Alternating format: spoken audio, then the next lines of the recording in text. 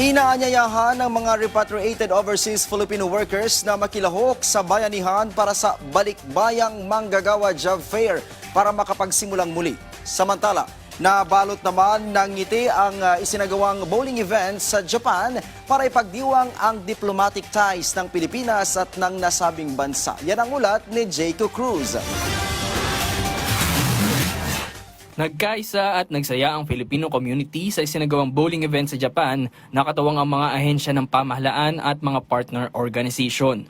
Layunin nito na mas mapatatag ang samahan, pagkakaibigan at bayanihan ng mga Pilipino sa ibang bansa habang ipinagdiriwang din ang mahalagang diplomatic ties ng Pilipinas at Japan. Bahagi rin ito ng mga programa para sa kapakanan at kasiyahan ng mga overseas Filipino workers. Patuloy ang paghahatid ng suporta at aktibidad para sa kanilang welfare at komunidad.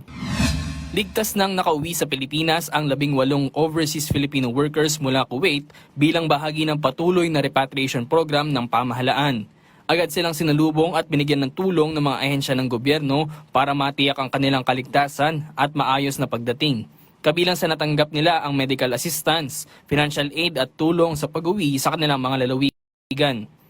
Patuloy ang programa ng pamahalaan para sa kapakanan at maayos ng uwing OFW. Samantala, inaanyayahan ng mga repatriated at returning OFWs kasama ang kanilang mga pamilya at job seekers na lumahok sa bayanihan para sa Balikbayang Manggagawa Job Fair at Reintegration Program ng DNW. Layunin nito na maghatid ng mga oportunidad sa trabaho, livelihood, skills training at iba pang serbisyo para sa panibagong simula ng mga OFW. Kabilang din ang psychosocial support at one-stop assistance para matulungan sila sa pagbangon at pag-angat ng buhay. Gaganapin ito sa Valenzuela City sa Mayo 25 na may libreng paglahok para sa lahat ng aplikante.